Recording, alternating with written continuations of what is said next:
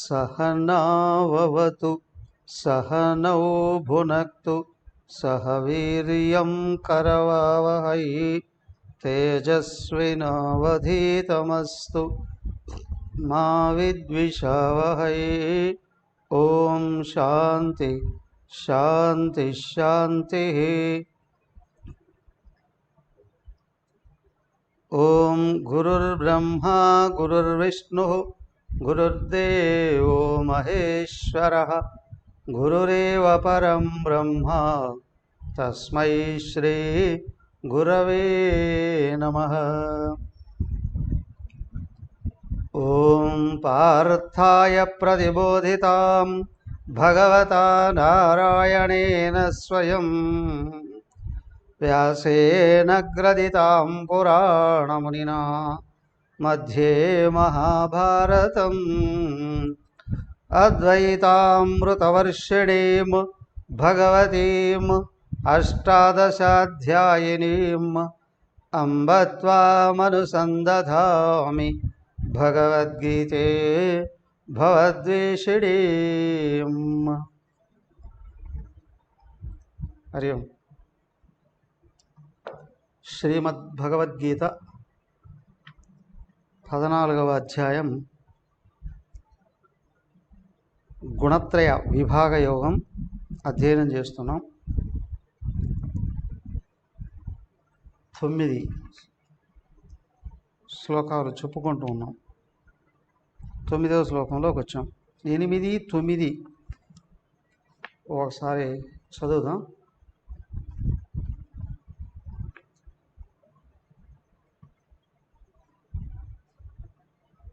ఎనిమిదవ శ్లోకం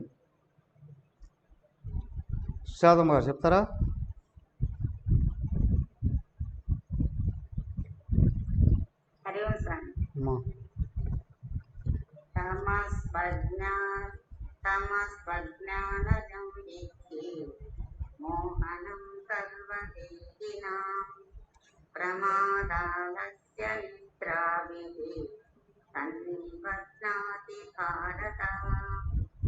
ఓకే, 9వ శ్లోకం అంజయ్య గారు.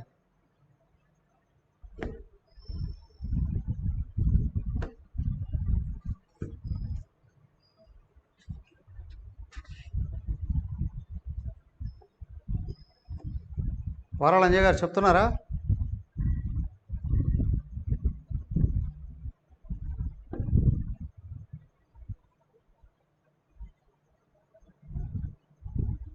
గౌతమి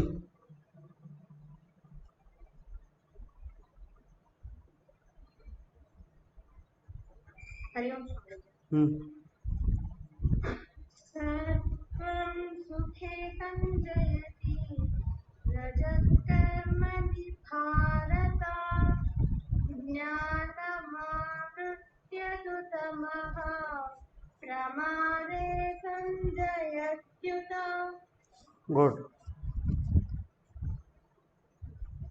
జీవుడు ఆత్మ అయి ఉన్నాడు. ప్రకృతి వాసనల స్వరూపం. వాస్తవానికి ఆత్మ యొక్క శక్తి దైవీ శక్తి అయి ఉన్నప్పటికీ కూడా గత జన్మలలో సంపాదించుకున్నటువంటి కర్మఫలాలు వాసనలు ఏవైతే ఉన్నాయో అవి ఈ సాత్విక ప్రకృతిలో కలిసి ఈ జీవుడిని ప్రభావితం చేస్తాయి. ఆత్మ తనకు తానుగా ఉంటే ఏమీ ప్రభావం కానీ లేవు, ప్రభావితం కాడు. కానీ ఎప్పుడైతే అంతఃకరణ మీద ఆత్మ చైతన్యం ప్రతిఫలించిందో ఈ అంతఃకరణ ఆ లోపల ఉన్నటువంటి తమోగుణం రజోగుణంతో మరియు సత్వగుణం కూడా ఎప్పుడైతే కలిసి అది కదలికలు ఏర్పడిందో దాంట్లో సత్వగుణ ప్రభావం ఎక్కువ ఉందా తనను గుర్తు చేసుకొని బయటపడడానికి అవకాశం ఉంది. కానీ రజస్సు తమస్సు ఎప్పుడైతే ఉన్నాయో అవే ప్రభావితం చేస్తాయి.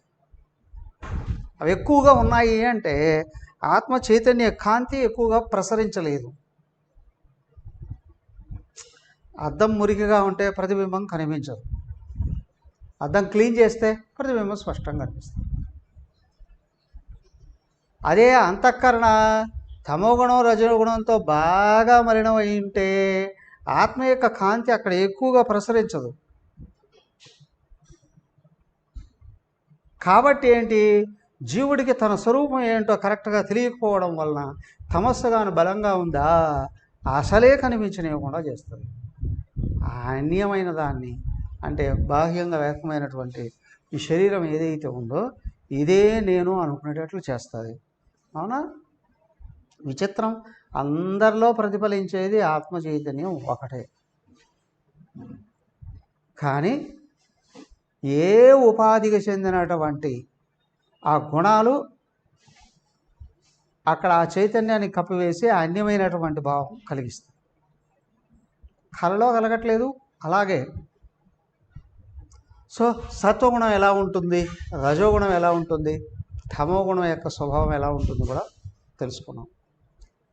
అయ్యా ఏ గుణం కావాలి ఏనంటే సత్వగుణమే కావాలి అండి. ఎలా వస్తుంది? సుఖే సంజయతి అన్నారు. నువ్వు సుఖంగా ఉంటే సత్వగుణం పెరుగుతుంది. ఏమిటయ్యా సుఖం? ఎక్కడి నుంచి వచ్చిందయ్యా సుఖం? ఎలా ఉంటుంది సుఖం? నీకు బాహ్యంగా గురుదేవులు చెప్తారు, అనేక రకాలైనటువంటి భోజన పదార్థాలతో విందు భోజనం ఏర్పాటు చేసి ఉన్నప్పటికీ కూడా ఫ్రెండ్స్ అంతా వచ్చారు, ఇష్టమైన పదార్థాలన్నీ వండారు, హాయిగా జోకులు వేసుకుంటూ కూర్చున్నారు. తినడానికి రెడీ అయ్యేటప్పుడు ఎక్కడి నుంచో ఒక ఫోన్ వచ్చింది. ఏంటి, తనకు అత్యంత ఆప్తుడైనటువంటి వాడికి ప్రమాదం జరిగిందో లేదా మరణించాడు, స్టార్ట్ ఇమీడియట్లీ అని కాల్ వచ్చు. ఇప్పుడు ఆ భోజనం సహిస్తుందా? రుచి తెలుస్తుందా? ఆ స్నేహితుల మధ్యలో సరదా ఉంటుందా? ఈ ఆహారం తినాలని అనిపిస్తుందా? ఏం లేదు, అన్నీ వదిలిపారేసి పరిగెత్తుకుంటూ వెళ్ళిపోతున్నాడండి. కారణం పదార్థాలు ఎన్ని ఉన్నప్పటికీ కూడా లోపల మనసు కానీ అశాంతికి లోనైందా? మనసు అనుకూలంగా లేదా? నీకు బయట ఉన్న ఏ వస్తువు రుచికరంగా కనిపించదు. సో కాబట్టి ఏమిటయ్యా, ఎదుగో లోపల మనసు అనుకూలంగా ఉండి శాంతంగా ఉంటే బయట ఉన్న విషయాలన్నీ కూడా సుఖకరంగా కనిపిస్తాయి. కానీ మనసు అశాంతిలో ఉంటే నీకు సుఖం తెలియదు. సో కాబట్టి ఏమిటయ్యా, సుఖము అంటే విషయ వస్తువుల నుండి వచ్చేది కాదు, అది భోగం.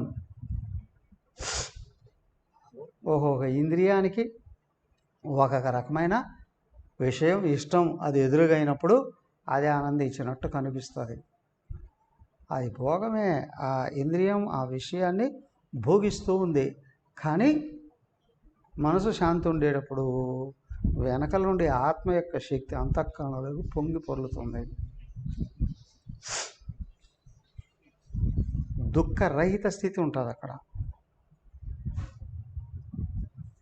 సహజంగా శాంతస్థితి, ఆనంద స్థితి అనేటువంటిది ఉంటుంది. అది రావాలి అండి. ఏం చేయాలి? స్థూలంగా చెప్పుకున్నాం, దైవం మీద అత్యంతమైన ఇష్టం ఉండాలి. దానివల్ల ప్రపంచంలో చేసే ప్రతి వ్యవహారం కూడా ధర్మబద్ధంగా ఉండగలగాలి. ఓకే, అదంతే సరే అండి. మరి గృహస్థ కావచ్చు, గృహిణి కావచ్చు, మేము ఇంటిలో వ్యవహారాలు చేసుకునేటువంటి వాళ్ళకి మేము సత్వగుణాన్ని పెంపొందింప చేసుకోవాలి అని అనుకుంటే ఏం చేయాలి? ఊరికే ఉండే వాళ్ళకి ఆలోచనలు ఎక్కువ కదా. ఆ ఆలోచనలన్నింటినీ దైవం వైపుకో, శాస్త్రం వైపుకో తిప్పుకోగలగాలి. దైవం వైపు తిప్పుకోవడం అంటే ఏంటి? పూజ, పారాయణం, జపం, ఇలాంటి వాటిలోకి తిప్పుకో, ధ్యానం. ఇంకా అండి,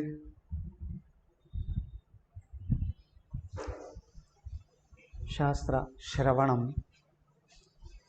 మననం, దాన్ని గురించి లోతుగా చర్చించుకోవడము, శాస్త్రపు విషయాలను గురించి లోతుగా మననం చేసుకోవడం, దానిని ఆచరించడం, ధ్యానించడం, ఇలాంటి విషయాల వైపుగా తిప్పాము, దృష్టి దైవం వైపు తిరుగుతుంది కదా. మొదటిదేమో దైవం అన్యంగా ఉన్నది అనే భావం కలిగించి తిప్పుకున్న స్థూలమైంది. రెండవది శ్రవణం, మననం, నిధిధ్యాసన ఏదైతే ఉందో ఇది సూక్ష్మమైనటువంటి సాధన. సూక్ష్మమైన సాధనలో చూడండి, మొదట దైవం అన్నావు, రెండో స్థితిలోకి వచ్చేటప్పటికి దైవం లోపలే ఉంది, అది ఆత్మీయే అయ్యింది, అది నేనే అయి ఉన్నాననే భావం ఎక్కడైతే పెరుగుతూ ఉందో మన సహజంగా శాంతిస్తాం. సరే స్వామి, అవరోధం ఏంటి అని అంటారా? ఏంటి? మొట్టమొదట అవరోధం ఏంటి? భగవంతుడు చెప్పే ఉన్నాడు చూడండి, 6వ అధ్యాయంలోనే చెప్పున్నాడు. నాత్యస్నతస్తు యోగోస్తి నచైకాంత మనశ్నత నచాతి స్వప్నశీలస్య జాగ్రత్తో నైవ చార్జున.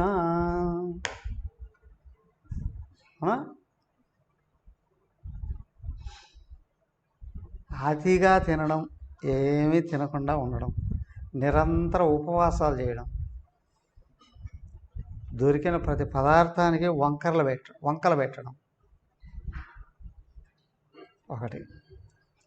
అతిగా తినడంలో అడ్డం వచ్చిందంతా తినడం, దేహానికి పడుతుందా లేదా చూడకపోవడం ఒకటి. రెండోది, పడుతుంది పడకపోయినా అవసరమైనంత తింటున్నానా, అవసరానికి మించి తింటున్నానా, అతి అశ్నద కదా, అవసరానికి మించి తింటున్నానా. ఆహారం ఎప్పుడు ఎక్కడ దొరికినా ఇష్టం కదా అని దాని వైపు వెళుతూ ఉన్నానా.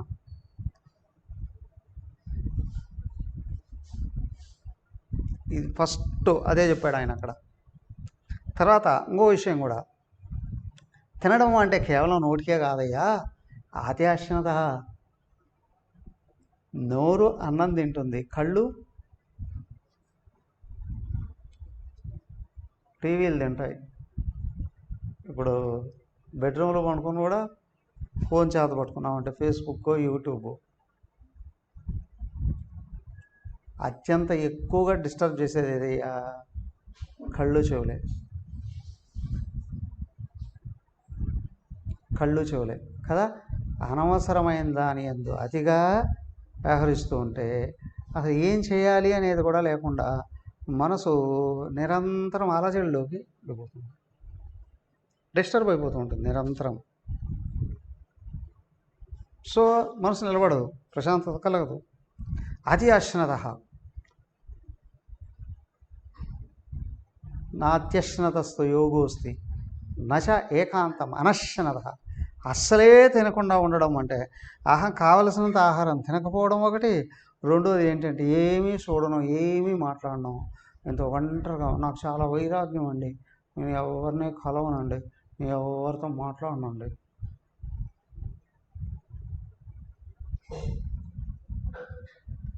ఏమీ చేయనండి, ఎక్కడికి వెళ్ళనండి.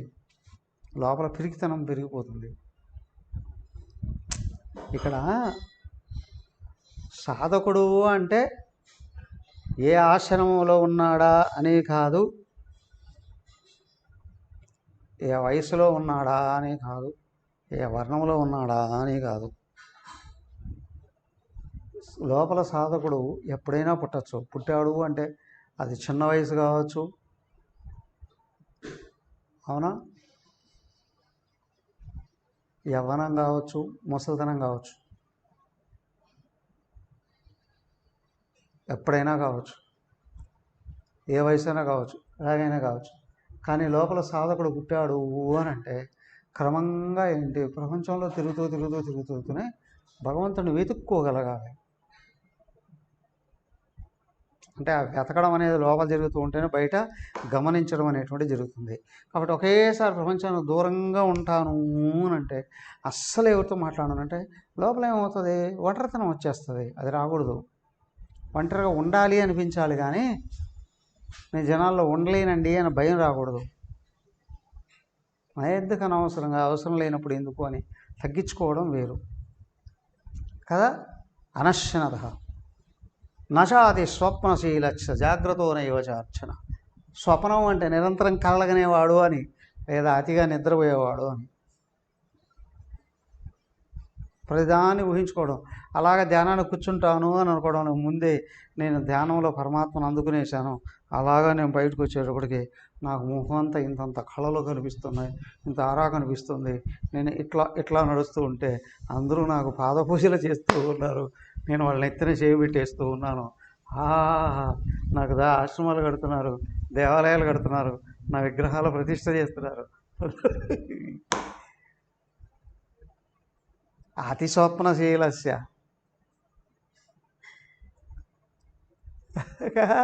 లేదా ఈ ఒంటరితనంలో ఏమవుతుందంటే నాకు ఎవరూ లేరు, నాకు ఏమీ లేదు, నన్ను ఎవడూ పట్టించుకోవట్లేదు. ఈ ఒంటరితనంలో పిరికితనాన్ని పెంచుకొని ఎవరితో మాట్లాడాలి అన్నాం.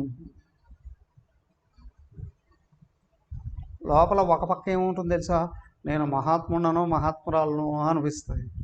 బయటకు వచ్చేటప్పుడు ఎవరితో మాట్లాడాలి అన్న పరమైనటువంటి భయం అవుతుంది. ఈ సందిగ్ధ అవస్థలో నలిగిపోతుంది మనస్సు. అది కాదు, ఉన్నది భగవంతుడు ఒక్కడే. ఇదిగో లోపల ఉన్న సంస్కారాలు కరిగిపోవాలి. ఏం కరిగిపోవాలి? తమస్సు కరగాలి. ప్రపంచంలోకి వెళ్ళి ఏదో చేతనైన పని చేయకు. ఓకే, సత్వం పెరగాలి. శాస్త్రజ్ఞానాన్ని వెంట పెట్టుకుని ప్రపంచం అంతా భగవంతుడే అనే విషయాన్ని గుర్తు చేసుకోవడానికి వెళ్ళు. కర్మ చేస్తే ఫలం కావాలి అని అనిపిస్తుంది, నువ్వు కూడా కోరుకో, బయట కాదు, లోపల ఉన్న పరమాత్మ కావాలి అని. అల్పమైన వస్తు ఫలము కాదు, అనంతమైన భగవంతుడు కావాలి అని కోరుకో. ఏమీ కోరుకోకపోతే ఎందుకంటే నేను అంటుంది అక్కడ, బయట కాదు కోరుకునేది, లోపల. ఎందుకు అంటే అనంతమైన భగవంతుడు ఒక్కడే, వాడే నువ్వైనావు, వాడి కోసం నువ్వు పాటుపడుతున్నావు. కాబట్టి వెళ్ళు, అందరిలో ఆయన చూడడానికి ట్రై చేయి. భయం వేస్తుందండి, ఎందుకు ఎక్కడైనా ఏమైనా పొరపాట్లు జరుగుతాయేమో, కావాలనుకొని చేయకు. తెలియకుండా ఏమైనా జరిగితే వెంటనే గురువుగారిని సంప్రదించి ప్రాయశ్చిత్తం చేసుకొని బయటపడు. ఒకటి మాత్రం నిజం, ఆయన కోసం ప్రయత్నం చేసేవాడికి ఆయన అనుగ్రహం సంపూర్ణంగా ఉంటుంది, అది నమ్మకం పెట్టుకో. కానీ తప్పుల్ని కప్పి పెట్టుకుంటే మొత్తం ఏమవుతుంది, అనాత్మలు పడిపోతుంది. తప్పును వెళ్ళగక్కాలి. ఎలాగా? అందరి తలకాయల్లో కక్కి పనికిరానోడుగా కావడం కాదు. ఎవరు చెప్పుకుంటే నేను ప్రాయశ్చిత్తం చేసుకొని బయటపడిపోతాను, మళ్ళీ ఆత్మలోకి ప్రవేశిస్తాను, అది చేయగలగాలి. కప్పుపుచ్చుకుంటే ఏమవుతుంది, అల్పమైన ప్రకృతి బయటకు వచ్చేస్తుంది, ఆత్మ మరుగుపడిపోతుంది, ఏకత్వం మరుగుపడిపోతుంది. రాను రాను రాను రాను ఎందుకు పనికిరానోడుగా తయారవుతారు. నువ్వు భగవంతుడి మీద కానీ ఆధారపడితే ఎప్పటికక్కడ ఏ చిన్న పొరపాటు జరిగిన వెంటనే తెలుస్తుంది. ఆయనే లోపల నుంచి గట్టిగా ప్రార్థిస్తే ఏ విధంగా దాన్ని తొలగించుకొని బయటపడాలనో నీకు శాస్త్రజ్ఞానం ఉంటే దాంట్లో తెలుస్తుంది. లేదా గురువుని సంప్రదించు, సరిదిద్దుకొని ముందుకెళ్ళిపో. జాగ్రత్త నైవధార్జున. ఇంకా కొంతమందికి ఏంటి ఏనంటే, అప్పుడెప్పుడో ధర్మవీర ఒక అమ్మాయి ఉండేది, రాత్రి పగలు నిద్రపోయేది కాదు, 40 ఏళ్ళు కాకముందే చచ్చింది.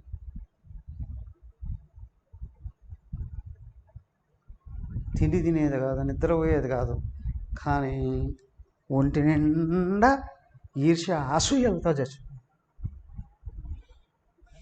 ఈర్ష్య అసూయలు.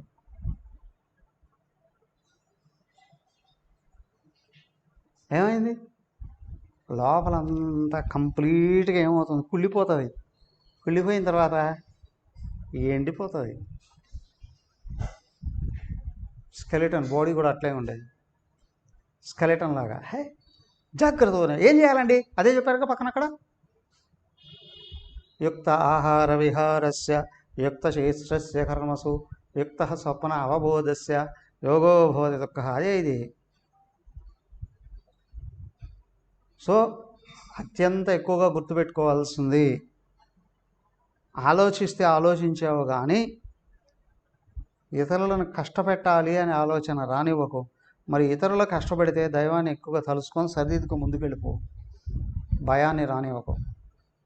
ఫస్ట్ థింగ్, అతిగా కోరికలు కోరుకోకు.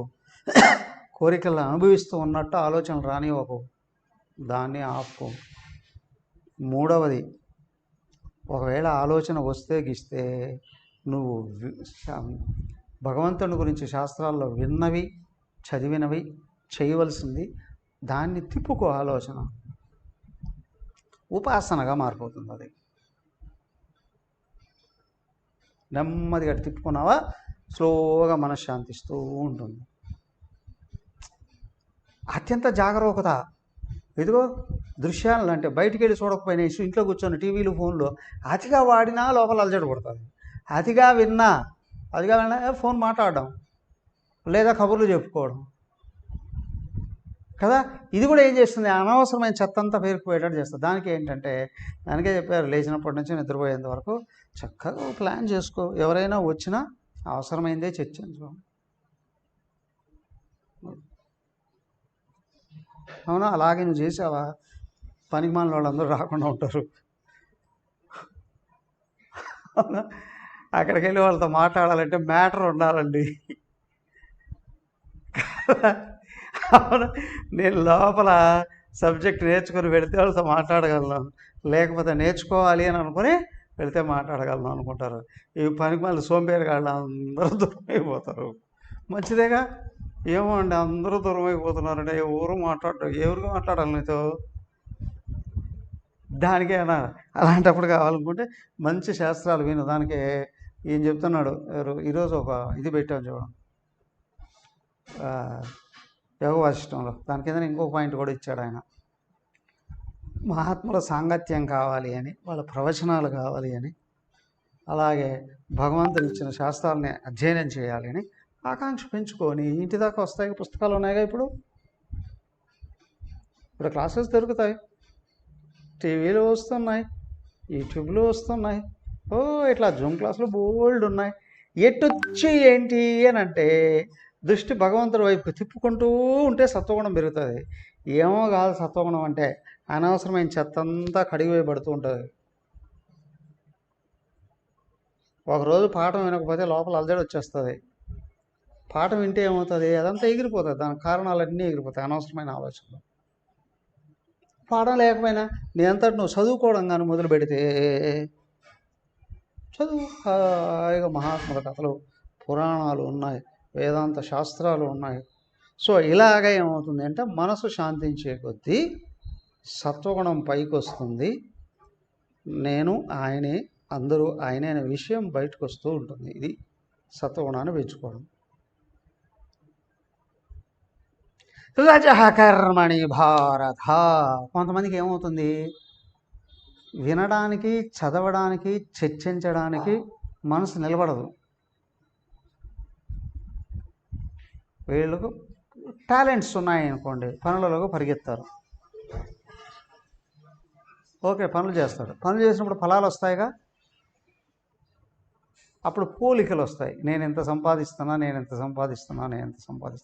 నాకెంత టాలెంట్స్ ఉన్నాయి, దేహాత్మ పెరుగుతుంది. నీకంటే పెద్దవాళ్ళతో కానీ పోల్చుకుంటే నీ అహంకారం తగ్గుతుంది. నీకంటే చిన్నవాళ్ళతో పోల్చుకొని అహంకారం తర్వాత ఏమవుతుందో తెలుసా, ఆధ్యాత్మిక సాధకులతో పోల్చుకోవడం ఆశ్రమాల్లో ఎక్కువగా జరుగుతుంది.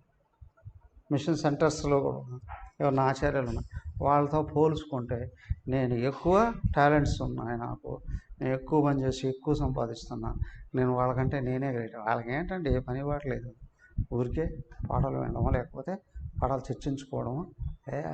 ఏముందండి అదంతా, నేనే గ్రేట్. రజోగుణాన్ని పెంపొందింపజేసుకునే విషయం. రజః కర్మణి భావం. ఈ భావం ఎక్కడైతే వచ్చిందో విపరీతంగా రజోగుణం అంటే అలజడులు పెరిగిపోతాయి. కానీ అదే ఆత్మ జిజ్ఞాసగానుంటే అలాగే ఎందుకు కూర్చోలేకపోతున్నాను, కర్మఫలాసక్తే. అవునా? పనిచేస్తే డబ్బులు వస్తుంది అని అనుకున్నప్పుడు కూర్చొని వినడము, చదువుకోవడము, వాటి కోసం ఎక్కువగా సమయం ఇవ్వలేడు మొదట. కానీ ఏంటంటే అలాగ చేసే వాళ్ళని చులకన భావంతో చూడడం కూడా జరుగుతుంది. అప్పుడు తమో గుణంలో కూడా పడిపోతాం. సాత్వికులను చూసి చులకన భావంతో వ్యవహరిస్తే తమో గుణాలు పడిపోతావు.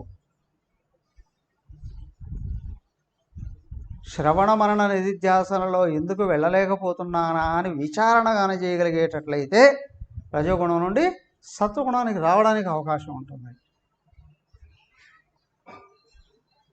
వ్యతిరేకిస్తే, అవమానిస్తే పడిపోతావు, కింద సమస్యలో పడిపోతావు. సో ఏం చేయాలండి? నీ కింది స్టెప్ ఏది, పై స్టెప్ ఏది నీకు స్పష్టంగా తెలియాలి. అయ్యా ఒకటి మాత్రం, రజోగుణం తప్పు కాదు.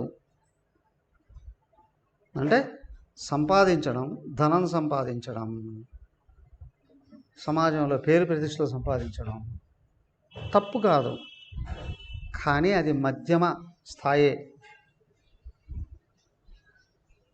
కావాలంటే చూడండి, ఆ వ్యసనంలో పడిపోయిన వాళ్ళు అస్సలు పని చేయకుండా ఉండలేరు. రిటైర్ అయినా కూడా మళ్ళీ ఇంకా ఏదైనా పనులు పెట్టుకుంటారు. ఎందుకు అంటే ఊరికే ఉండలేం కదా అండి. కదా, నీ పెన్షన్, నీకు సంపాదన ఏదో వస్తుంది కదా. తర్వాత ఆధ్యాత్మిక మార్గంలోకి ఎందుకు వెళ్ళకూడదు? శ్రవణ మనన నిధిధ్యాసంలోకి ఎందుకు వెళ్ళకూడదు అంటే అత్యంత ముఖ్యమైన కారణం ఏంటి అని అంటే అంతవరకు నువ్వు వాటిల్లోకి ప్రవేశం లేదు నీకు. అది ఫస్ట్ థింగ్. కాబట్టి నీకు వాటి మీద రైట్ ఒపీనియన్ లేదు. అవునా? మూడవది, ఇంకా ధనం మీద ఆసక్తి ఉంది. నాలుగవది, కర్మ కాలితే భార్యాపిల్లలే తోస్తారు. ఊరికే ఎందుకు కూర్చుంటావు, ఎక్కడికైనా వెళ్ళి చాయని ఇంకొంచెం సంపాదించుకురా అని. కర్మ అదే.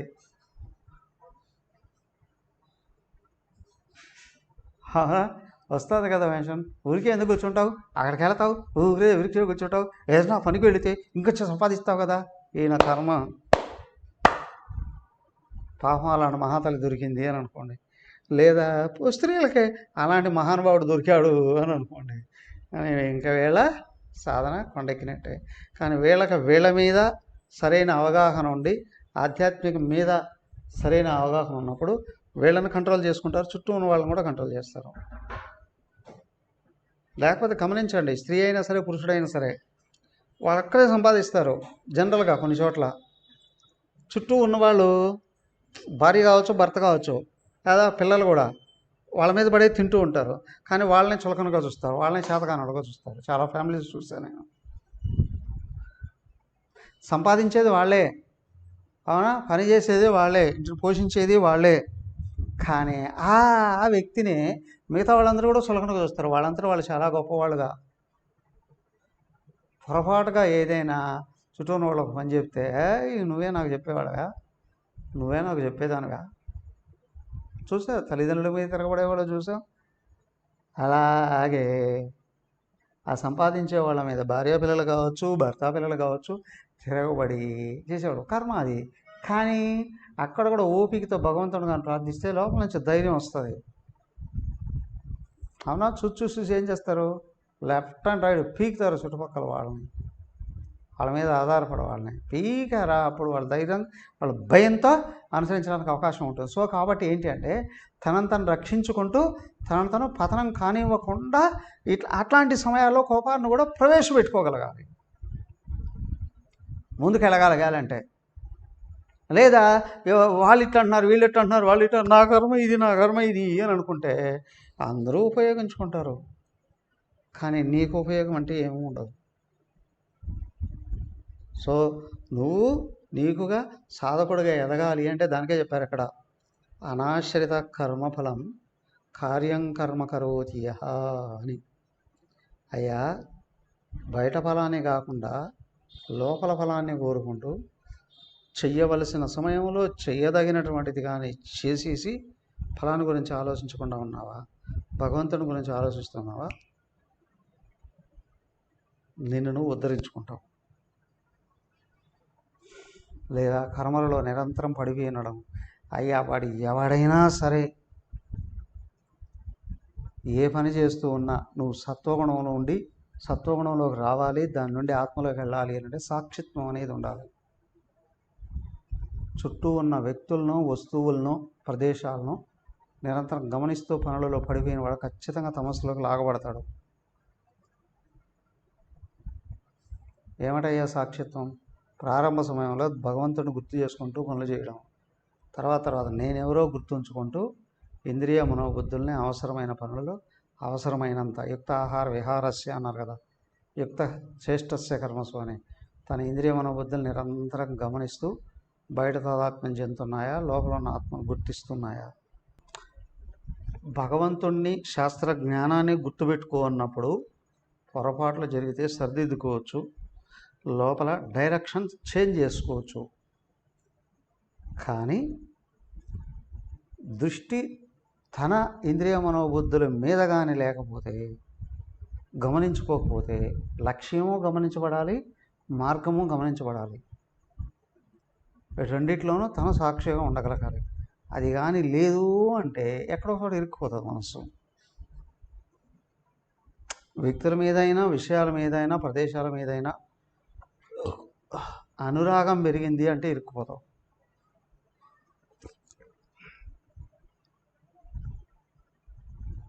దానికే అన్నారు సజ్జన సాంగత్యం అని, గురు సాంగత్యం అని కూడా. ఎందుకన్నారు అంటే, నేను నువ్వు గమనించుకోలేనప్పుడు నీ గురువు గమనిస్తాడు, డైరెక్షన్స్ ఇస్తూ ఉంటాడు. అందుకు గురు సాంగత్యం అని. కానీ లోపల భగవంతుడిని గమనించే శక్తిగా నీకు వచ్చింది అంటే నీకు సాక్షిత్వం వస్తుంది అని. అంటే నిన్ను నువ్వు భగవంతుడిని గమనిస్తున్నాను అని అంటే నిన్ను నువ్వు గుర్తుంచుకుంటున్నావు అని. ఆ స్థితికి పైకి నెట్టేవాడు గురువు. చిన్న చిన్న విషయాల్లోనే చెప్తూ ఉంటాడు, ఇట్లా కాదు అట్లా, డైరెక్షన్స్ లోపల నుండి. అవునా, గురువుని తలుసుకుంటూ ఉన్న డైరెక్షన్స్ తెలుస్తూ ఉంటాయి. ఓ స్వామి చెప్పాడు, గురువుగారు చెప్పారు, ఎవరు చెప్పారు, ఇలాగా సర్దిద్దుకోవాలి అని. ఏంటంటే దృష్టి అనాత్మ మీదకి వెళ్లకుండా ఆత్మ మీదకి తిరుగుతూ ఉంటుంది. ఆత్మ మీదకి వచ్చే కొద్దీ శాంతి ఇస్తుంది. సతమణంలోకి వస్తూ ఉంటావు. నువ్వు ఉన్న చోటనే నీ దృష్టి ఉంది అంటే శక్తి ఉంటుంది, ఉత్సాహం ఉంటుంది, తొందరగా అలసిపోవు.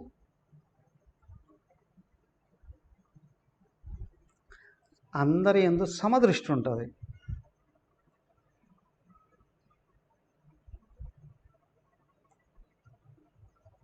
ఎవరినైనా ఏమైనా అనడానికి అత్యంత జాగరూకుడై ఉంటాడు. తెలిసినా కూడా ఎదుటి వాళ్ళకి తప్పని కూడా చెప్పడు. అడిగితే కానీ వినేటట్లు ఉంటే కానీ కూడా చెప్పడు. ఇతరులు అవమానపరచడం, అల్పంగా చూడడం, విమర్శించడం, హేళన చేయడం రావు ఇట్లాంటివన్నీ. ఎందుకు గుర్తించండి, ఒక మాట లోపల నుంచి బయటకు వెళ్ళిందంటే ఫలాన్ని ఇస్తుంది. నువ్వు సదుద్దేశంతో ఇతరులకి, దానికే చెప్పారుగా,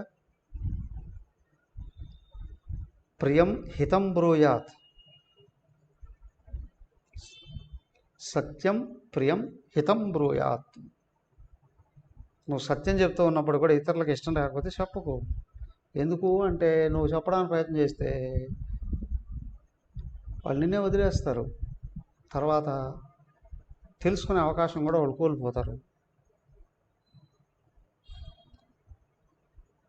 వాళ్ళకి ఇష్టం వచ్చినట్టు ఇష్టమైనట్టుగా చెప్పేవాళ్ళ దగ్గరికి వెళ్ళిపోతారు. వాళ్ళు ఇంకా పత్రం అయిపోతారు. ఎదుటి వాళ్ళ శ్రేయస్సు కోరుకునేటువంటి వాడి కానైతే కామ్గా సమయం వచ్చినప్పుడు చెప్పచ్చు, లేదా అడిగినప్పుడు చెప్పు. కాబట్టి ఏంటి, ఇదిగో ఎదుటి వాళ్ళు వ్యతిరేకంగా ఒక మాట మాట్లాడినా, వ్యతిరేకంగా వ్యవహరించినా నీ మనసుకు అలజడి వస్తుంది. అది ఆ అవకాశం నీకు ఇవ్వకు. ఇదే పరమమైన తపస్సు అన్నారు. అంటే నీ మాట, నీ చేత, నీ ఆలోచన నిన్ను అలజడికి గురి చేయకూడదు. ఎప్పుడు ప్రశాంతతను పెంచుకునేటట్లు ఉండాలి. అదే సత్వగుణాన్ని పెంచుకోవడం.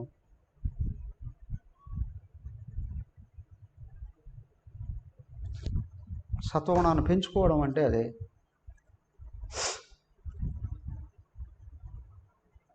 కాకుండా ప్రధాన్ని నేను తప్పని చూస్తే తట్టుకోలేనండి, నీళ్ళ తప్పులు కప్పిపుచ్చుకునే స్థితికి వెళ్ళిపోతావు. తర్వాత అలజడి కానీ పెరిగింది అంటే సో నీ శాంతి చెడిపోకుండా క్రమంగా జాగ్రత్తగా ముందుకు వెళ్ళడానికి ప్రయత్నం చేయి. అలా కాకుండా నోరుందనో తెలివి ఉందనో కళలున్నాయనో ప్రపంచాన్ని ఏలేస్తానో కనిపించిన వాడని ఇప్పుడు వీళ్ళని దెబ్బ కొట్టా తర్వాత వాళ్ళని దెబ్బ కొడతా, చిన్న లేదు పెద్ద లేదు, సంస్కారం లేదు, అవునా, గౌరవం లేదు, లక్ష్యం లేదు, సాధన లేదు, నీ ఇష్టం వచ్చినట్టు వ్యవహరిస్తున్నావు అంటే నాకంటే గొప్పవాడు ఎవడు లేడు, నాకంటే తెలివైన వాడు ఎవడు లేడు, నాకంటే చదువుకున్నవాడు ఎవడు లేడు, నాకంటే డబ్బు ఉన్నవాడు ఎవడు లేడు, నాకంటే బలం ఉన్నవాడు ఎవడు లేడు, నాకంటే టాలెంట్స్ ఉన్నవాడు ఎవడు లేదు. విర్రవీగా ఓ జ్ఞానం ఆవృత్య ఈ లోపల ఉన్న ఆత్మను ఈ అహంకారం నుండి వచ్చినటువంటి అనే ఆరగెన్సీ అంటారు, అది కప్పేస్తుంది. జ్ఞానం ఆవృత్య తమః ప్రమాదే సంజయతి, నీ చేత చేయకున్నటువని చేయించేస్తుంది. ప్రమాదే సంజయతి అంటే నిన్ను నువ్వు టోటల్గా మర్చిపోయేటట్టు చేస్తావు. ఎప్పుడో గుర్తించేటప్పటికి అవకాశాలన్నీ ఎగిరిపోయి ఉంటాయి.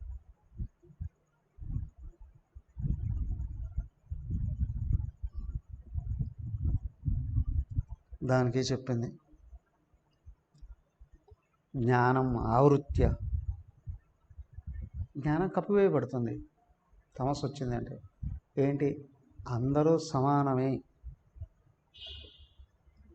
సత్వగుణంలో ఉన్నవాడికి తెలుస్తుంది. అవునా. రెండోది, నువ్వు ఏమిస్తే అదే వస్తుంది, కర్మసూత్రం కదా, కర్మ సిద్ధాంతం. సత్వగుణం ఉంది అంటే అందరూ సమానమే అని తెలుస్తుంది. రెండో పాయింట్ కూడా, ఇతరులకు నువ్వేమిస్తే అదే వస్తుంది అనే సత్వగుణంలో తెలుస్తుంది. ఇది తెలియదు అంటే రజోగుణం పైకి వచ్చేస్తుంది. నాకు తెలివి ఉంది, ఇతరులను దెబ్బ కొట్టేయచ్చు, ఇతరులను నువ్వు దెబ్బ కొట్టాలనుకుంటా నువ్వే పడిపోతావు.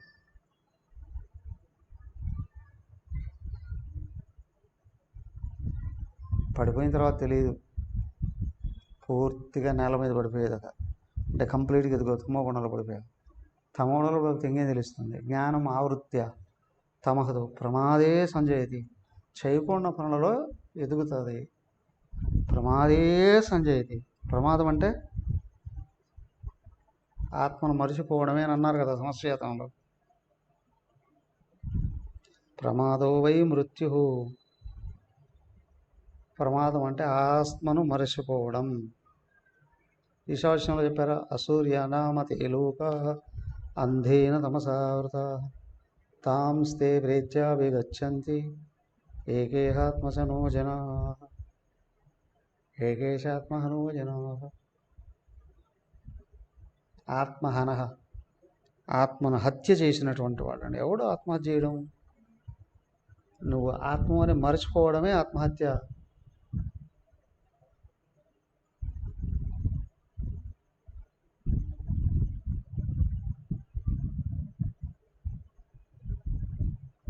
అంతకంటే హత్య వేరే ఏముంది?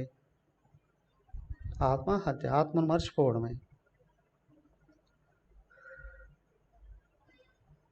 స్కేన్లో కూడా అదే చెప్పారండి.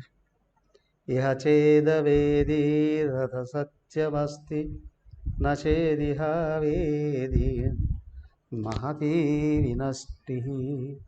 మానవుడిగా పుట్టి మోక్షకాంక్ష కలిగి సజ్జన సాంగత్యం దొరికి నువ్వు ఆత్మగానే అందుకోకపోతే మహతీ వినష్టి,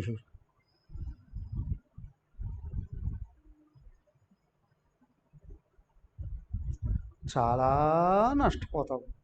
ఏంటి? ఆత్మ ఎగిరిపోతుందయ్యా, నువ్వు చచ్చిపోయినోడు కింద లెక్క. చనిపోయినా అక్కడి నుంచి మళ్ళీ ముందుకన్నా వెళ్తాడు. వీడు లోపల ఆత్మదృష్టి పడిపోతే ఇంకెంత కిందికి వెళ్తాడో తెలియదు.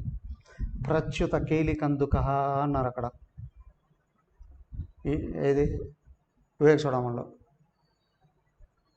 మేడ మీద నుండి మెట్ల మీద వదిన బంతి ఎలాగా ఎగిరి ఎగిరి ఎగిరి కింద వచ్చి పడి మురికి కాలంలో పడిపోతుందో అలాగా అయిపోతుంది.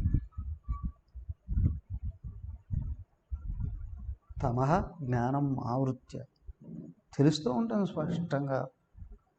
ఎక్కడ దేహాత్మభావం వచ్చి తను ఎక్కువ అనుకుని ఇతరులని తక్కువగా చూడడం జరిగిందో అన్నీ పుడతాయి అక్కడ నుండే. ఈర్ష్య, అసూయ. వీళ్ళు నాతో పాటు కూర్చుంటారా, నాతో పాటు గౌరవిస్తారు చూసుకుంటారా, గౌరవాన్ని పొందుతారా, నేను నాతో పాటు సుఖపడతారా? ఇలా అయ్యా బోలెడు మంది అన్ని వర్గాలలో వాళ్ళకు ఉంటుంది. అవునా? బ్రహ్మచారులకు ఉంటుంది, గృహస్థులకు ఉంటుంది, వానప్రస్థులకు ఉంటుంది, సన్యాసులకు ఉంటుంది, ఆత్మదృష్టి కానీ లేకపోతే. అవునా? అన్నిటికంటే ఘోరం ఆధ్యాత్మిక సంఘాలలోకి వచ్చి ఇట్లాంటివి చేయడం. దానికంటే ఘోరం బాహ్య జీవితాన్ని వదిలి భగవంతుడి కోసం బ్రహ్మచర్య దీక్ష తీసుకున్న తర్వాత గుడ్డితనాన్ని పొందడం ఉంది. పరమైన కష్టంగా ఉంటుంది, భయంకరంగా ఉంటుంది. దానికి దేవుణ్ణి మర్చిపో, కష్టం కలిగితే ఆయన ప్రార్థించు. ఇదిగో ఇతరులను కష్టపెట్టాలని మాత్రం ప్రయత్నం చేయకు.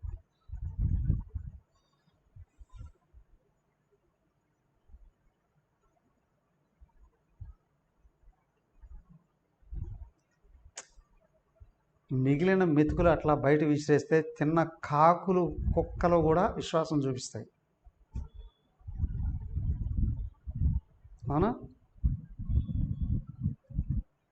వాటిని వేధించడానికి ప్రయత్నం చేస్తే సమయం చూసి అవి కూడా దెబ్బ కొడతాయి.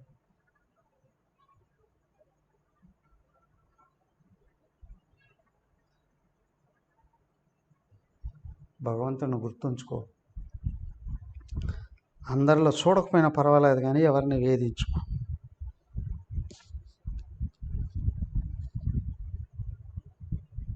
జ్ఞానమావృత్యత తమః ప్రమాదే సంజయతి. పైగా ఫస్ట్ కామమే తమస్సులో పైకి వచ్చేది, అహంకారం వలన. కామం అనేక రకాలండి. కామం అంటే భోగాలలో పడిపోవడం అనేదే కాదు. నాకే పెద్దపీట ఇవ్వాలి, సమానంగా కాదు, రెండో మూడో లైన్లో కూడా ఎవడం ఉండకూడదు. ఇది ఎవడిలో ఉన్నా తప్పే.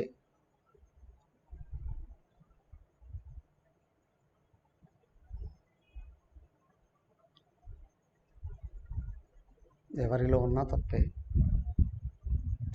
చూడండి 5వ అధ్యాయంలో ఏం చెప్పారు?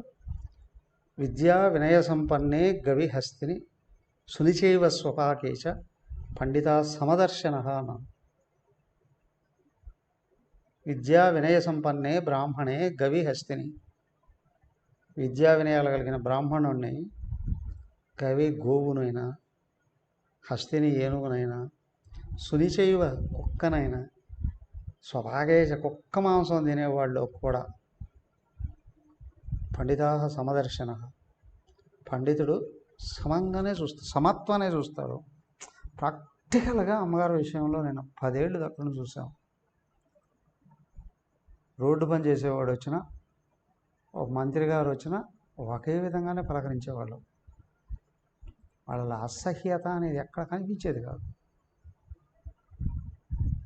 అది సహజత్వం, బ్రహ్మత్వం, పరమాత్మతత్వం. ఇప్పుడు ఈ ఉచ్చనీచాలు భగవంతుడిలో ఉంటే ఆయన కొంతమందిని బతికించేవాడు, మిగతా వాళ్ళని చంపేసేవాడుగా. చంపేయడం ఏంటి, ఎవరిని పుట్టించేవాడే కాదు. అవునా?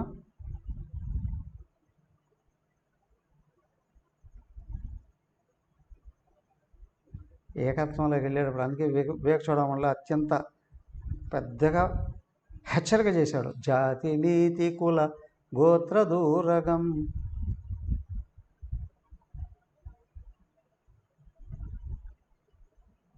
ఇవన్నీ వదిలిపెట్టేవయ్యా. జాతి నీతి కుల గోత్ర దూరగం.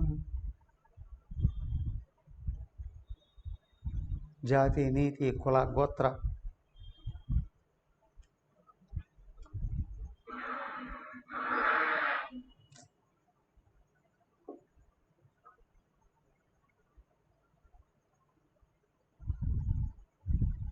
నామరూపగుణదోషవర్జితం దేశకాలవిషయాతివర్తియతు బ్రహ్మతత్వమసి భావయాత్మని.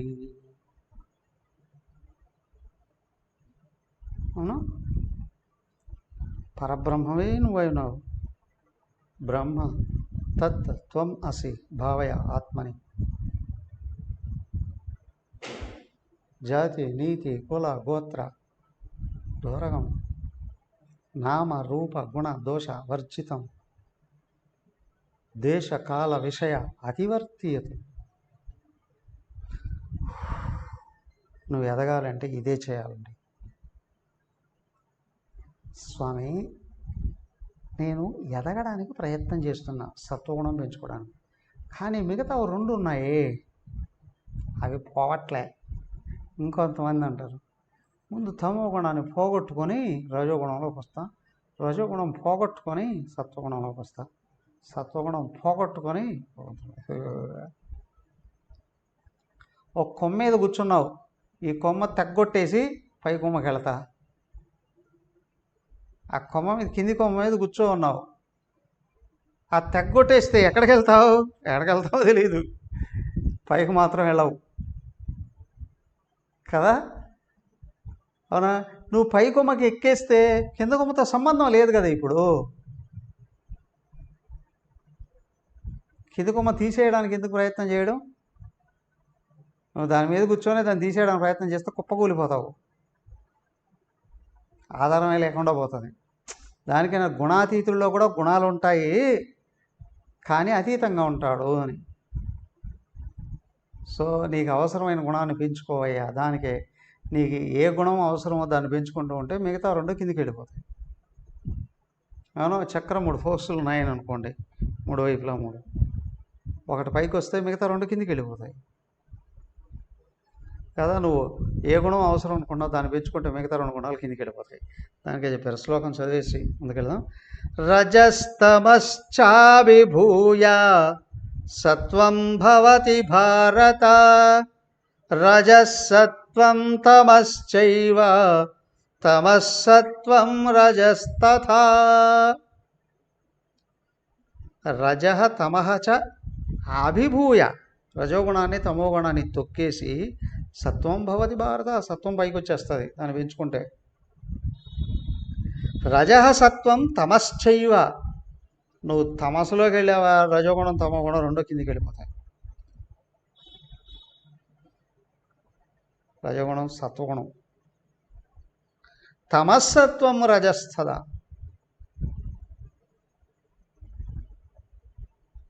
అది కూడా అలాగే, సత్వగుణాన్ని పెంచుకుంటే రజోగుణం తమోగుణం కిందికి వెళ్తాయి, రజోగుణాన్ని పెంచుకుంటే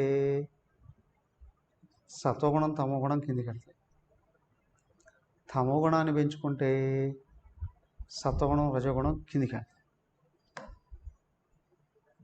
నువ్వు ఏది అవసరం అనుకుంటావో అది పెంచుకోవడానికి ట్రై చేయి, మిగతా రెండు ఆటోమేటిక్గా కిందికి వెళ్ళిపోతాయి.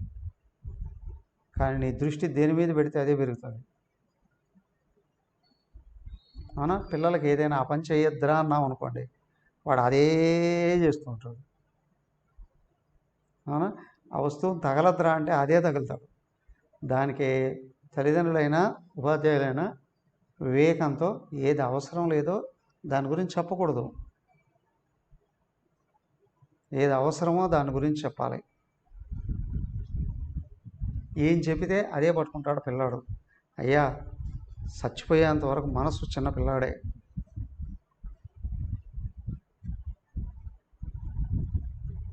నీకు కానీ వివేక వైరాగ్యాలు ఉంటే నీ మనస్సును కూడా పిల్లాడిలాగా భావించి అవసరమైన దాని మీద మళ్ళించు, అదే సూచించు. ఏం లేదండి, నేను చెడు కూడా ఎందుకు తెలుసుకుంటానంటే అలాంటి చేయకూడదని. చెడు వ్యక్తులతో కూడా ఎందుకు తాదాత్మ్యం చెందుతానంటే, ఎందుకు కలుస్తూ ఉంటానంటే అట్లాగా ఉండకూడదని. అరే, నువ్వు అంటూనే వెళ్ళిపోతున్నావు. ఇంకొంతమంది అంటారు, మన బంగారం మంచిదైతే ఎక్కడుంటే ఏమవుతుందండి,